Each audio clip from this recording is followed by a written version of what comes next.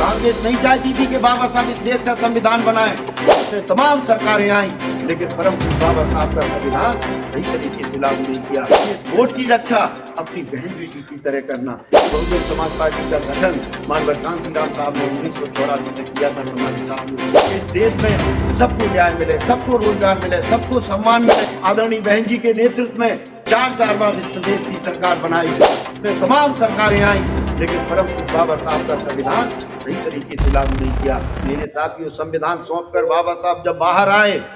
तो लाखों लोग बाबा साहब का इंतजार कर रहे थे। मेरे साथियों, लाखों लोगों को संबोधित करते हुए बाबा साहब ने कहा कि हे मेरे गरीब लाचार लोगों, मैं संविधान में एक ऐसा वोट रूपी हथियार दे के जा रहा हूँ, जिस वोट रूपी हथियार की धार दोनों तरफ है। अगर वो वोट तुमने डर में, लालच में, पैसे में तुमने विरोधी को दे दिया तो वो तुम्हारा जीना मुश्किल कर देगा, तुम्हें इस देश में गुलाम और लाचार बना देगा। और यही वोट तुमने किसी मानवतावादी पार्टी, जो पार्टी की सोच हो कि इस देश में सबको न्याय मिले, सबको रोजगार मिले, सबको सम्मान मिले,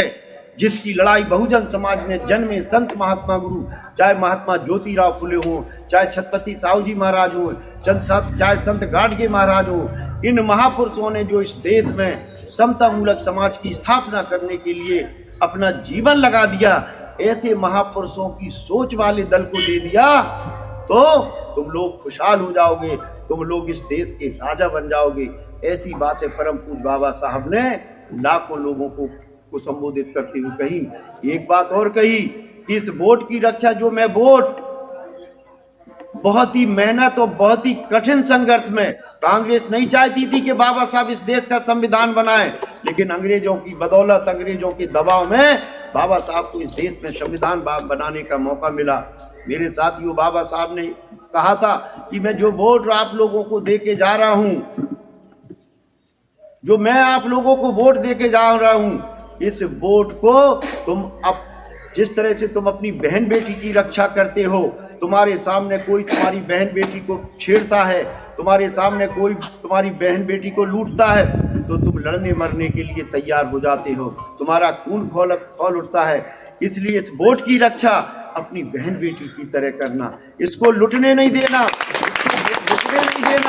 इसको सही हाथों में देना। मेरे साथियों, आज बहुजन समाज पार्टी जो आप लोगों के बीच में है, बहुजन समाज पार्टी मानवर कांसीराम साहब और आदरणीय बहन जी ने जो बहुजन समाज पार्टी बनाई है, वो बहुजन समाज पार्टी मेरे साथियों उन्हीं महापुरुषों की सोच के आधार पर ये बहुजन समाज पार्टी का गठन मानवर कांसीराम साहब ने 1984 में किया था। सम्मानित साथियों, जिसका नतीजा ये हुआ कि इस उत्तर प्रदेश में आदरणीय बहन जी के नेतृत्व में 4 बार इस प्रदेश की सरकार बनाई, और उस प्रदेश की सरकार जब बनी तो परम पूज्य बाबा साहब का इस उत्तर प्रदेश में मेरे साथियों उन्होंने संविधान लागू करने का काम किया, जिस संविधान की बदौलत मेरे साथियों इस प्रदेश में जो गुंडा राज कायम था, जो समाजवादी पार्टी का गुंडा राज कायम था, मेरे साथी आए दिन हमारी बहन बेटियों की आबरू लूट ली जाती थी, आए दिन हमारे बुजुर्गों का अपमान होता था, हमारी जमीनों पर कब्जा होता था, प्लाटों पर कब्जा होता था, पूरे प्रदेश में गुंडा और भय का माहौल था। इस प्रदेश में बड़े बड़े दंगे होते थे, लेकिन जैसे ही आदरणीय बहन जी की सरकार बनी, मेरे साथियों इस प्रदेश से गुंडा राज सफाया हुआ है। मेरे साथियों, आपने देखा होगा। इसलिए मेरे साथियों,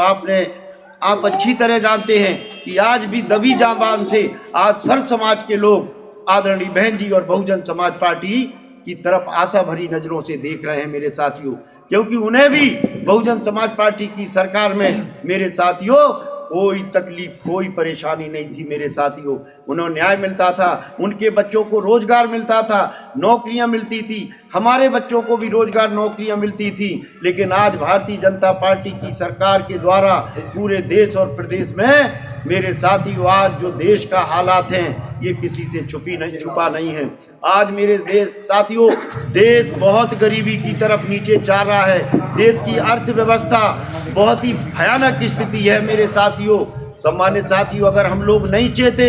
आने वाले विधानसभा के चुनाव में अगर हम